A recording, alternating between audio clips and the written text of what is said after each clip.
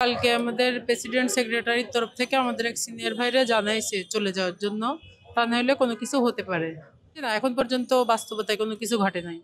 দলের ভাবমূর্তি নষ্ট হচ্ছে কিনা আসলে আমরা তো সেটা জানি না। আমরা আমাদের দাবি আদায় না করা পর্যন্ত আমরা যাব না, এটাই।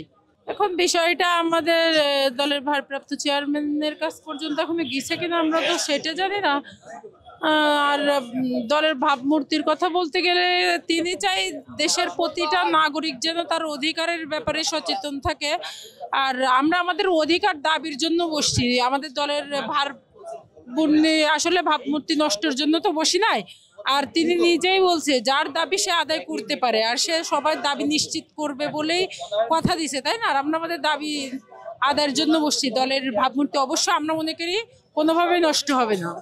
আমাদের সাংগঠনিক যিনি অভিভাবক বাংলাদেশ জাতীয়তাবাদী ছাত্র দলের দেশনায়ক আগামী রাষ্ট্রনায়ক জনাব তারেক রহমান, উনি আপনাদের মাধ্যমে যদি এই বিষয়টা সুন্দর এবং সাবলীলভাবে এটা যদি ওনার কাছে পৌঁছায়, আমি না শুধু আমাদের এখানে যত পদবঞ্চিত ছাত্রনেতা যারা সহযোদ্ধা আছে সবাই মনে প্রাণে বিশ্বাস করি এটা আমাদের এই পরিচয়ের বিষয়ে এবং আমাদের সাংগঠনিক পরিচয়ের বিষয়ে উনি দ্রুত পদক্ষেপ নেবেন।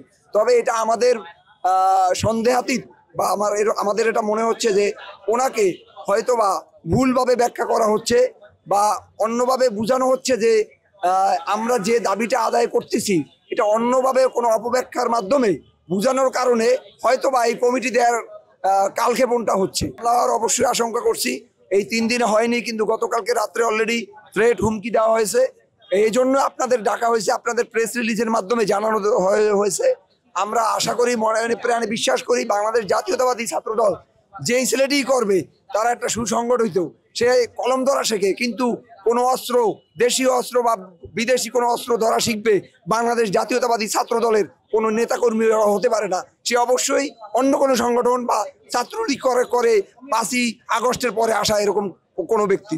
কারা হামলা করতে পারে আশঙ্কা করছে? আমি তো আপনাকে অলরেডি বললাম, যদি এরকম কেউ করে থাকে সেটা অবশ্যই আমি এবং আমার সংগঠন মনে করে 5ই আগস্টের পর থেকে সাবেক ছাত্রলীগের পোস্টেড নেতা, সে 5ই আগস্টের পর থেকে আমাদের বাংলাদেশ জাতীয়তাবাদী ছাত্র দলের মাধ্যমে হয়তো বা আশেপাশে কারো মাধ্যমে শেল্টার নিয়ে হয়তো বা এখানে হামলা করতে পারে, যদি এরকম কেউ করে থাকে।